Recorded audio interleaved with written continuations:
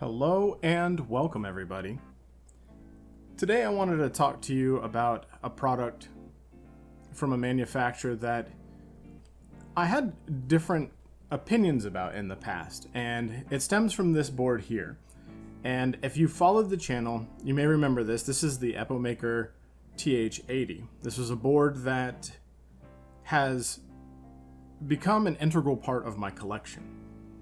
And I had some choice things to say about it when it was originally released, and I don't think that my opinion has entirely changed, but I have grown to appreciate this board as one of my favorite boards in my collection. And maybe it's because of the way I built it, maybe it's because I've got my best words per minute on it. I don't know, but it's a great board and I really enjoy it. And I'm looking forward at taking a look at today's board. Now that board is the Epomaker EK68. Epomaker sent this EK68 over for me to take a look at, and I'm pretty excited about it because after my change of heart on the TH80, I think there's a good value proposition here. This is a hot swap board that comes with south-facing sockets, which we're starting to see more and more in the hobby. It includes switches, PBT OEM keycaps, and comes in at around 80 bucks. So it's a pretty good value for somebody entering in the hobby or somebody who would just like another 65% board. One of the cool things about this is that it does support both Bluetooth and 2.4 gigahertz wireless, but it also will support wired mode and has a toggle so you can switch between Mac and Windows for your OS. So why don't we go ahead and take a look and see what is inside the box. Now, one of the first things that I like to do is take a look at all the extra inclusions in the box. In this case, we are getting a nice braided straight USB-C to USB-A cable. They include additional accent keycaps in case you are not wanting to run the same exact accents that come with this. See, it looks like we get ourselves a nice keycap and switch puller. And they do send us a couple extra switches, which I always think is a nice inclusion because the extra switches can be used in case one of your switches were to ever go bad, or if you were working on the board and somehow bent a pin or something. So those are nice to have. And then of course, with almost any keyboard, you're going to get a nice manual, and you can also find this on the Epomaker website. So that's some pretty nice inclusions in the box here. So why don't we go ahead and pull the board out. Now I did peep a little bit at this to kind of take a look and see what we were getting into, and I gotta say that I'm pretty impressed by this board. It's not metal, but it does give off an aluminum appearance and the texture that they've used for the plastic case. And the keycaps are pretty decent for an OEM set of keycaps.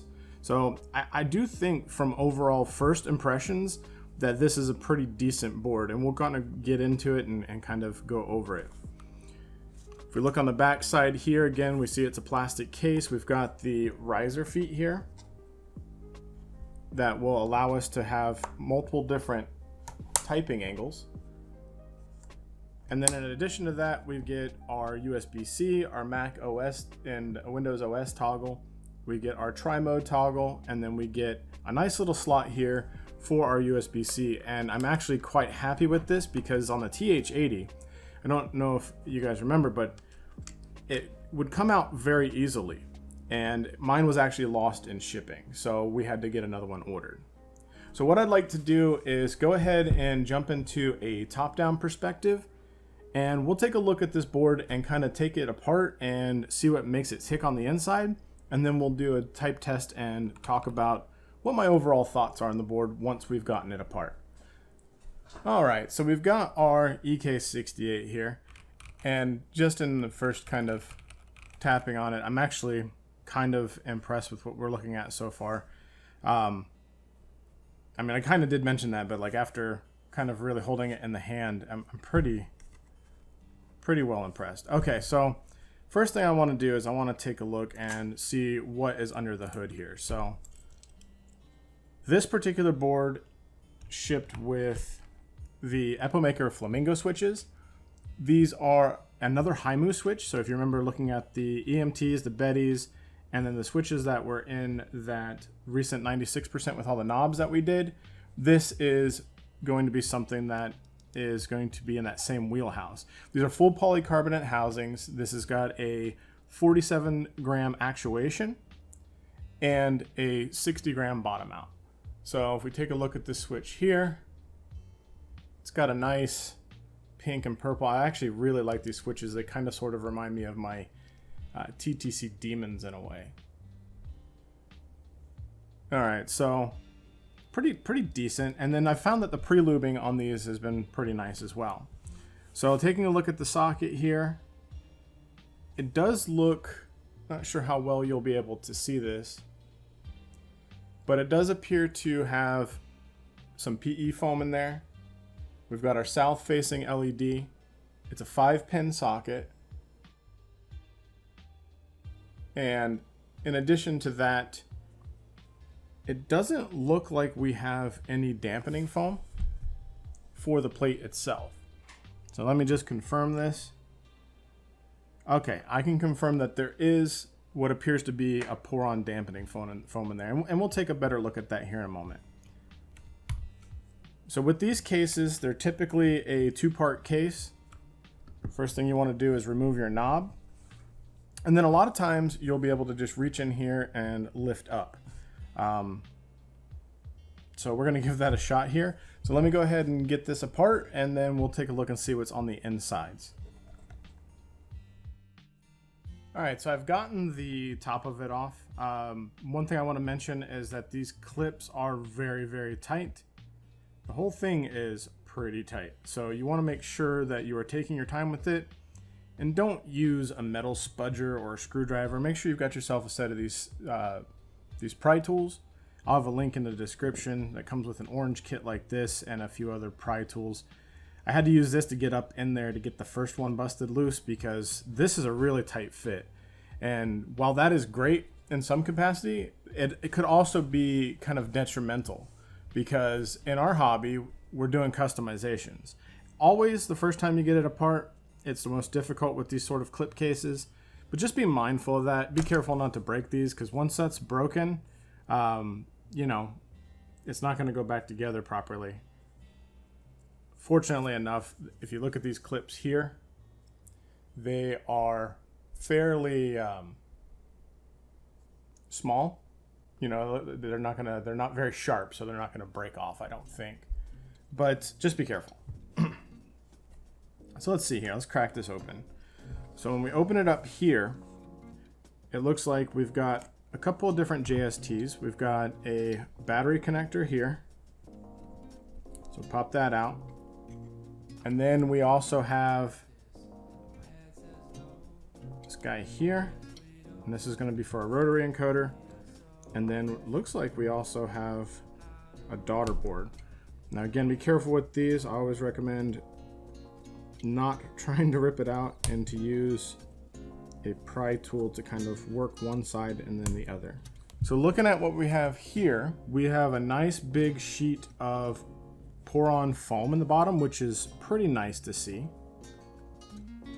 And then we've got a nice 300 or 3000 milliamp hour battery.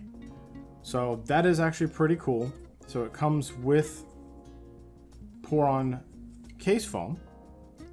And then we've got little pour-on gaskets all around the edges. So this is technically, I guess, gasket mounted, but it is still that sandwich style. And the reason why it's that sandwich style, as you see here, the wings are not flexible.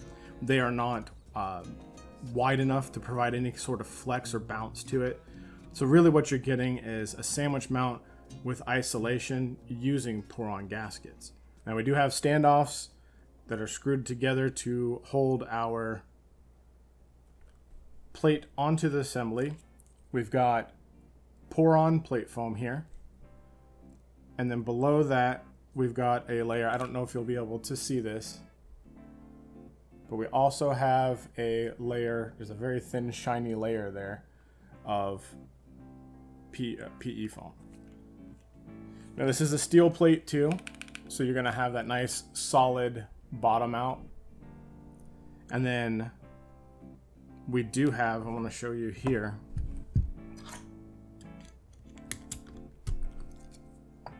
we do get the traditional plate mounted stabilizers that come with Epomaker boards.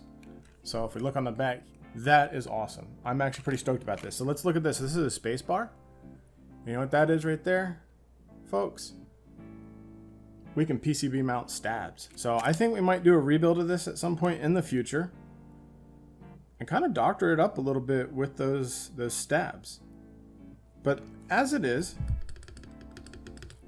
the factory lubrication that's on these plate mount stabs really isn't terrible. So plate mounts have really come a long way. And I'm sure there could be some extra tuning, but today we're going to take a look at this board as it is. So why don't I go ahead and put this back together. We'll do a type test and talk about what my final thoughts are.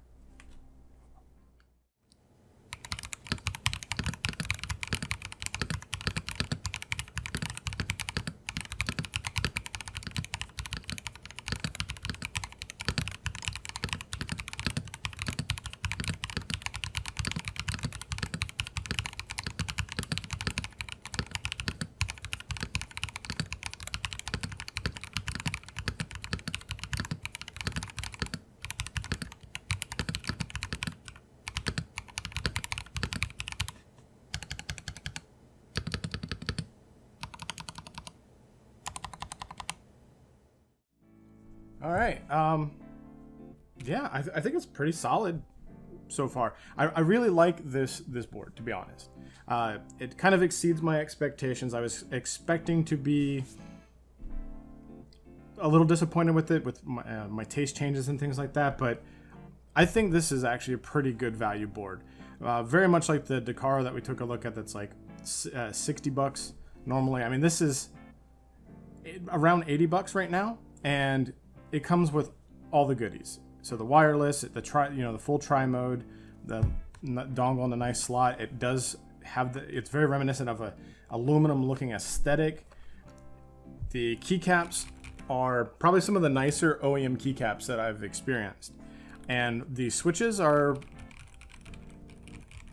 I wouldn't say, they're not my ideal sound profile because the top out, I don't like polycarbonate top out, but I really do like what this board comes with stock. And I did confirm that it is a slight bit easier to open up, and I imagine the more times you open it up and you wear those tabs in, that it will be easier each time. But definitely get some of those pry tools. Now, I'll have the link to the board and the switches in the description, so that way if you want to get these, you can pick them up. I'll have links to Amazon, Epomaker, AliExpress, etc., where you can pick up these keycaps and switches.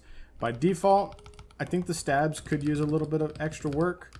They're not incredibly loose. I just think they need a little extra lube in the stems part of the housing, or the stem part of the stab and in the housing. But overall, I think it's a very good sound profile out of the box. I think what you're getting for 80 bucks, I can definitely recommend this board. And it just kind of amazes me what we're starting to see in these lower sub $100 price points. So the question is what's next? When are we going to see this with an aluminum top housing and then like polycarbonate or ABS bottom, or just full, aluminum for 100 bucks? I mean, if the M1 can come in at 100 bucks, I don't see why we can't get something like this for 100 bucks. So let me know what you guys think in the comments. Would you pick this board up? Do you think this is a pretty good value for 80 bucks? And if you did pick this up, what kind of changes would you make to it? Because I don't think it really requires any mods per se, because it comes with the meta. It comes with PE foam, it comes with plate foam, it comes with case foam. The only thing that this board is lacking from being a mid-tier board is it's not aluminum. And had it been aluminum, I think that, I mean, it would be a super mega no-brainer. Would you guys get custom plates made? Would you guys change the switches out? But yeah, let me know what you guys think in the comments. I want to thank you guys for being here and supporting me. You guys are all awesome. We've hit 1,000 subscribers. I know I've been kind of slack-a-lacking a little bit, and it's because I'm trying to figure out some presentation changes, and I've been working on the office a little bit to try to figure out how we can make some videos that are a little bit more than just you know, a glimpse, top down. I want to get some multiple camera angles and things like that. I really want to see what I can do with this content, so thank you all for encouraging me and being here and supporting 1,000 subs. I mean, you guys are awesome, and we're growing more every day. Again, thank you for being here, and I hope you enjoyed this look at the EK68, and until next time, y'all have a good one.